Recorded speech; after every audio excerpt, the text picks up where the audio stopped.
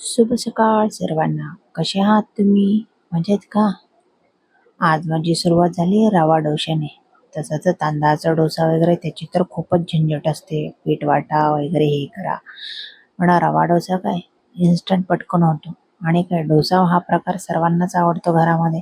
म्हटलं आज सर्वांसाठी करूया. आणि शार्वीला पण टिफिनला झालं. शार्वी गेली स्कूलला. मग थोडा निवांत वेळ काढून मी पण थोडासा नाश्ता करून घेतला. नाश्ता वगैरे झाला. सकाळचा टाइम कसा गेला कळालंच नाही. म्हटलं आता पटकन किचनमध्ये जाऊन स्वयंपाकाची तयारी करून घ्यावं. मग एकाकडे भाजी करायची होती, पण काय भाजी करायची हाच प्रश्न असतो. पहिले म्हटलं पोळ्या करून घेऊया. पोळ्या वगैरे केल्या. मग एकाकडे भाजी पण टाकून घेतली. भाजी झाली.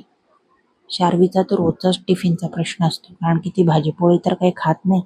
मग काय द्यायचं रोज तिला? मला हा रात्रीच ठरवावं लागतं, कारण की सकाळी उठल्यावर मग लगेच कसं अगोदर नियोजन केलं असेल मग पटकन टिफिन बनवता येतो.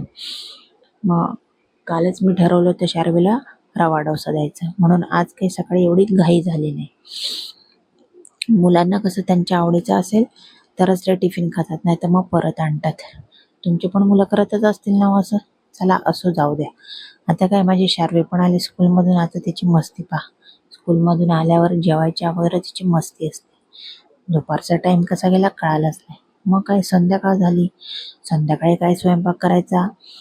मग म्हटलं अरे पनीर होतं. म्हटलं आज पनीरचीच भाजी करू, कारण की नवीन काहीतरी. रोज रोज तेच तेच खाऊन कंटाळा येतो, त्याच त्याच भाज्या. म्हणून आज पनीरची भाजी करायचं ठरवलं. मग इकडे पटकन लगेच कांदा टोमॅटो लाल करायला ठेवलं आणि पनीर कट करून घेतलं. मिस्टरांचा तेवढाच फोन आला की मी ऑफिसमधून येणार आहे, थोडंसं बाहेर फेरफटका मारून येऊ, गणपतीच्या मंदिरात जाऊन येऊया. आणि शार्वी पण सकाळपासून त्रास देत होती की बाहेर फिरायला जाऊ, बाहेर फिरायला जाऊ. म्हटलं चला तिला पण थोडंसं फेरफटका होऊन जाईल. मग इकडे मी पटकन पनीरची भाजी वगैरे टाकून घेतली. एकाकडे भाताचा पण कुकर लावून घेतला आणि एकाकडे पोळ्याही लाटल्या. तोपर्यंत मिस्टर पण आले. मिस्टर म्हणाले तयार हो. काय लगेच तयार झालो आणि मग मंदिरात मस्त देवदर्शनाला गेलो.